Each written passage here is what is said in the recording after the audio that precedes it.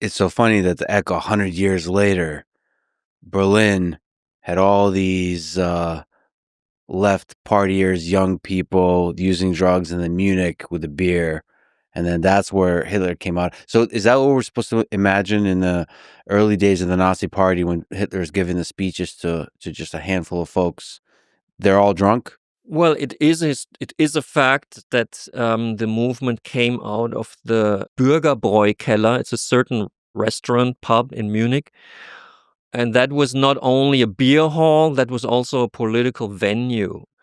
And it was a right-wing venue. It was for right-wing populist people. Like communists wouldn't use it, even though communists are in many ways quite similar to the right wing, especially back then. But it was used by right-wingers, and Hitler didn't mind because people who are drunk are more susceptible to right-wing populism, I would claim now here. And Hitler would agree. So he did not think it was bad that these people were a bit drunk, or maybe even very drunk, because if you're drunk, you also get aggressive against others. Like he could play with that, you know. So drunk, aggressive towards others, but drunk in a group. It constitutes the group also. Yeah. If everyone is on the same alcohol level, you just go to Oktoberfest in Munich, which is not a political thing, but everyone, you know, you can kind of sense how it originated. And actually, the first time the Nazis tried to grab power was the so-called beer hall putsch. I mean, that's a historical event. It took place in 1923. And it was after a drunk night where they suddenly decided, now we're going to do it. So they came out of the Bürgerbräu-Keller, and they were all drunk except of Hitler. And they just tried to overtake the Munich government, and they miserably failed because it was just a stupid drunk idea. Like they were like, yeah, let's just do it. And the Bavaria police, quite sober that day, they just, you know, shot him to the ground. Hitler was almost killed. Like he just jumped behind his bodyguard. Göring, during the beer hall putsch, was wounded in his stomach with I think a gunshot. That's why he became a morphine addict. So this beer hall putsch in 23 had severe effects. Also, they were sentenced to prison, and Hitler wrote Mein Kampf in prison. All of these little events come together. It's so interesting that for them it was just life.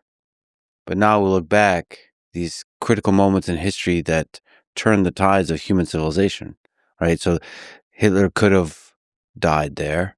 And these characters of Göring that became larger than life, that influenced the lives and the deaths and the suffering of millions, all, first of all, could have been stopped then. And whatever that means when you look back at history. But all of those are just human beings developing their ideas, growing, developing groups, developing ideologies, and using drugs or drinking. I mean, that's why I thought it's interesting, for example, to examine Hitler's drug use. Mm-hmm. When I announced that to a historian while I was doing research, he helped me a lot with methamphetamine and the army, proper medicine historian from the University of Ulm. And then I said, no, I'm interested in Hitler. And he said, no, don't, this is not interesting. This is not serious. This is not serious history, but it's, you know, even Hitler was a person, you know. And if you understand, for example, the substance abuse of a person, of course you understand more about that person. And historians never had that idea before. Kershaw, for example, who's really he's very knowledgeable about National Socialism. Like many British historians, they always know more about German history than the German historians. But Kershaw really does. I think he's really good.